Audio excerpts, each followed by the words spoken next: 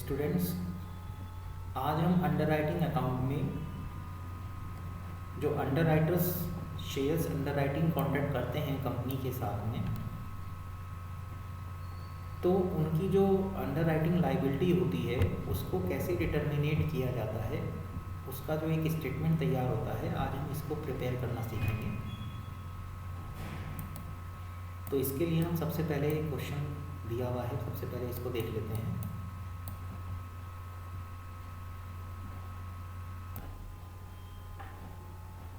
Visa Limited was formed with a capital of 2 lakh rupees divided into 20,000 shares of 10 each. All these shares were offered to subscription by prospectus to public. The shares were underwritten as follows. यहाँ देखिए visa limited जो है वो 2 lakh rupees की capital में form हुई है, 20,000 shares में डिवाइडेड है और एक शेयर की वैल्यू 10 रुपीज़ है। और सब्सक्रिप्शन के लिए उन्होंने प्रोस्पेक्टस इशू करा है कि कंपनी के शेयर्स जो हैं पब्लिक को निकाले जाएंगे, और इन शेयर्स का अंडर राइटिंग का जो कॉन्ट्रैक्ट है वो ए, बी और सी, ये 3 लोग हैं, तीनों के साथ में हुआ है। ए के लिए 50% अंडर राइटिंग रखा गया है, बी का 30% है और सी का 20% है। इन्हें अपने अपने रेशो में अंडर राइटिंग कॉन्ट्रैक्ट कंप्लीट करने हैं। Marked application for 4,000 shares each were received in favour of A, B and C. देखिए सबसे पहले समझ लेते हैं मार्क्ड एप्लीकेशन क्या होती है। देखिए कंपनी क्या करती है, अपने प्रोस्पेक्टस इशू कर देती है पब्लिक के लिए कि पब्लिक उनको डायरेक्ट ले और उनको शेयर्स के लिए एप्लीकेशन डाले और कंपनी उनको शेयर अलॉट कर दे। तो ये प्रोस्पेक्टस मार्केट में भी अवेलेबल होते हैं और जिनके साथ कंपनी ने अंडरराइटिंग कॉन्ट्रैक्ट कर रखा है ये उनको भी दिए जाते हैं, ताकि वो अपने जान पहचान के लोगों को या अपने मिलने वालों को या अपने कस्टमर्स को उसको बेच सकें। तो अब कंपनी को ये कैसे पता चलेगा कि शेयर जो हैं वो कंपनी के शेयर जो हैं डायरेक्ट लिए गए हैं या अंडरराइटर्स ने बिकवाए हैं, तो इसका पता कैसे चलेगा। इसीलिए कंपनी क्या कहती है कि उन अंडरराइटर्स को ये कह देती है कि जब भी वो एप्लीकेशन किसी कस्टमर को देंगे, उनके नाम से अगर जाएगी, तो वो उस पर अपनी फर्म की एक मोहर लगा दें, जिससे कंपनी के पास जब एप्लीकेशन आएगी तो कंपनी को ये पता चल जाएगा कि ये किस अंडरराइटर ने बिकवाया है। तो इससे क्या होता है, अंडरराइटिंग लायबिलिटी निकालने में आसानी हो जाती है कि किसने कितने शेयर बिकवाए हैं और कितने उसको अभी उसकी लायबिलिटी रह गई है। तो इस तरह की जो एप्लीकेशंस होती हैं जिन पर फर्म की मोहर लगी हुई होती है अंडरराइटर्स की, उन्हें बोलते हैं मार्क्ड एप्लीकेशंस। और ये मार्क्ड एप्लीकेशन जो है हर एक की 4,000 थी, उन्होंने ये कहा है, ठीक है। अब इसके बाद आती है applications for 2,000 shares were unmarked.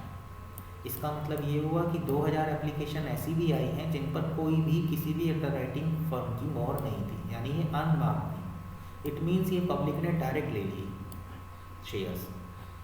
Prepare a statement showing the underwriting liability. अब हमें यहाँ पर अंडरराइटिंग लायबिलिटी को शो करता हुआ एक स्टेटमेंट बनाना है, जिससे हमें ये पता चले कि किस अंडरराइटर को जो है कितनी लायबिलिटी जो है अब कितनी अवेयर करनी है, उसको जो है बाकी का जो है पेमेंट कंपनी को करना है, तो कितने शेयर का करना है। तो इसमें जो है देखिए स्टेटमेंट कैसे बनेगा ये।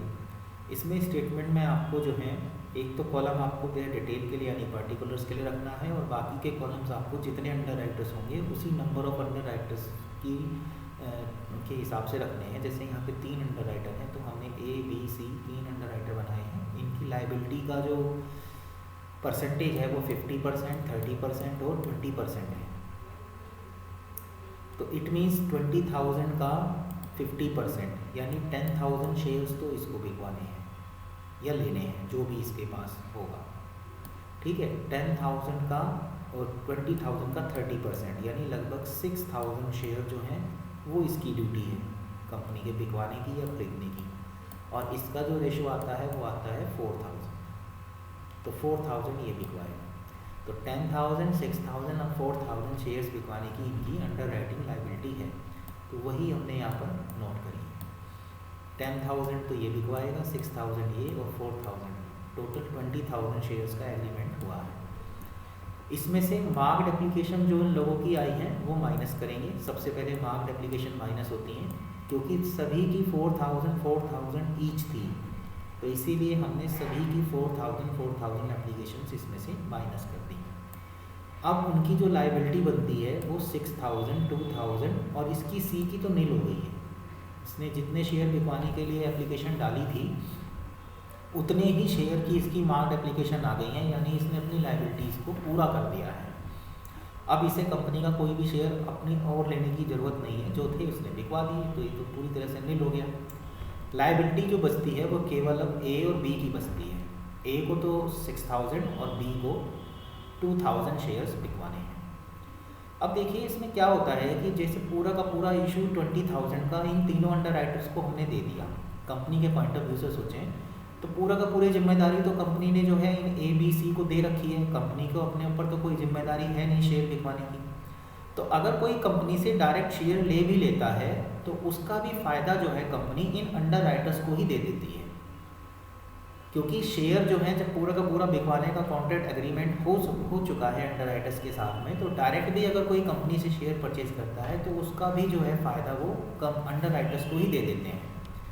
अब ये बात आती है कि ये वो फ़ायदा ये बेनिफिट देंगे कैसे, वो किस रेशो में दिया जाए।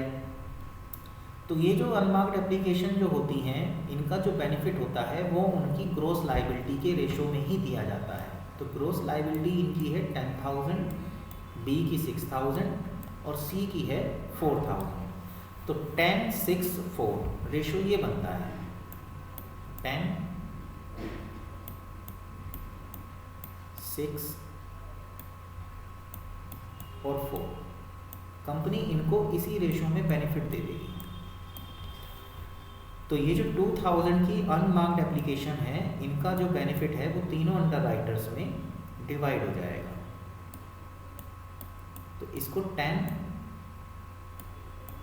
6 और 4 के रेशो में डिवाइड कर देंगे, जो कि हमारा आएगा 1600 और 400। अब देखिए यहाँ पर इनकी जब हम अनमार्क्ड एप्लीकेशन की लाइबिलिटी माइनस करते हैं तो अब इसके पास जो लाइबिलिटी रह गई है वो 5000 की रह गई है। इसे 5000 शेयर लेने ही पड़ेंगे, इसको 1400 लेने पड़ेंगे। लेकिन अगर आप सी को देखें तो उसका तो पहले ही नील हो चुका था, हम उसको 400 का और बेनिफिट दे रहे हैं, तो इसीलिए उसका माइनस में आ गया है। हम किसी को भी बेनिफिट तभी तो दे सकते हैं जब उसकी कोई लाइबिलिटी बाकी है, उसकी तो लाइबिलिटी पहले ही नील हो चुकी है। तो 400 शेयर्स का जो उसका बेनिफिट है वो उसे ना मिल करके अब वो भी इन दो बचे हुए अंडर राइटर्स में ए और बी में डिवाइड कर दिया जाएगा, क्योंकि उसको तो ज़रूरत ही नहीं है सी को अब किसी भी फेवर की या बेनिफिट की। तो ये 400 शेयर जो उसके यहाँ माइनस में आए हैं इनको यहाँ पर प्लस कर देंगे ताकि ये नील हो जाए, और ये 400 का जो बेनिफिट है उनका बेनिफिट भी हम ए और बी को ही दे देंगे। अब ये ए और बी में किस रेशो में दिया जाएगा ये भी आपको ध्यान रखना है कि जो बचे हुए अंडर राइटर्स हैं उनके बीच जो ग्रॉस लाइबिलिटी का रेशो था उसी रेशो में आपको भी यही जो बेनिफिट है वो इसी रेशो में बांटना है।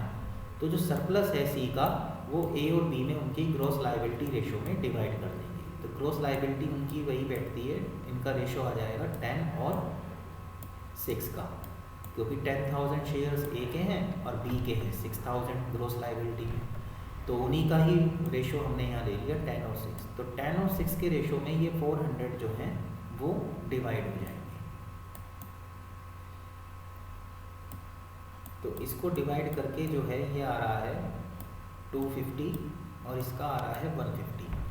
तो 150 और 250 और इसमें से माइनस हो जाएगा बेनिफिट। तो अब इसके बाद जो उनकी टोटल लाइबिलिटी बचती है वो ये है, यानी ए और बी को जो है टोटल 4750 शेयर जो हैं लेने पड़ेंगे कंपनी के, जो वो नहीं बिकवा पाया, और इसी तरह बी को जो है 1250 शेयर जो हैं कंपनी के परचेज करने पड़ेंगे जो वो नहीं बिकवा पाया है। तो इस तरह से जो है कंपनी अपना स्टेटमेंट बना करके अंडर राइटर लाइबिलिटी जो है वो डिटर्मिनेट करती है, जिससे सारे शेयर होल्डर जितने भी अंडर राइटर्स हैं उनकी जो फाइनल लाइबिलिटी है वो उससे पता चल जाती है, और उसी हिसाब से फिर आगे उनसे ट्रांजैक्शन करके उस पूरी प्रोसेस को कंप्लीट किया जाता है। ये जो टोटल का कॉलम है, ये जो कॉलम बना रखा है ये केवल जो है इनके टोटलिंग के लिए है, इसको बनाना रिक्वायर्ड नहीं है, आप इसको ना भी बनाएं तो भी कोई दिक्कत नहीं है। मेन तो आपका जो है वो ये है कि आपको एक कॉलम पर्टिकुलर का और बाकी जो 3 कॉलम बनाए हैं हमने ये अंडर राइटर्स के हिसाब से बनाए हैं कि कितने अंडर राइटर्स हैं, उसी हिसाब से अंडर राइटिंग लायबिलिटी कैलकुलेट होती है।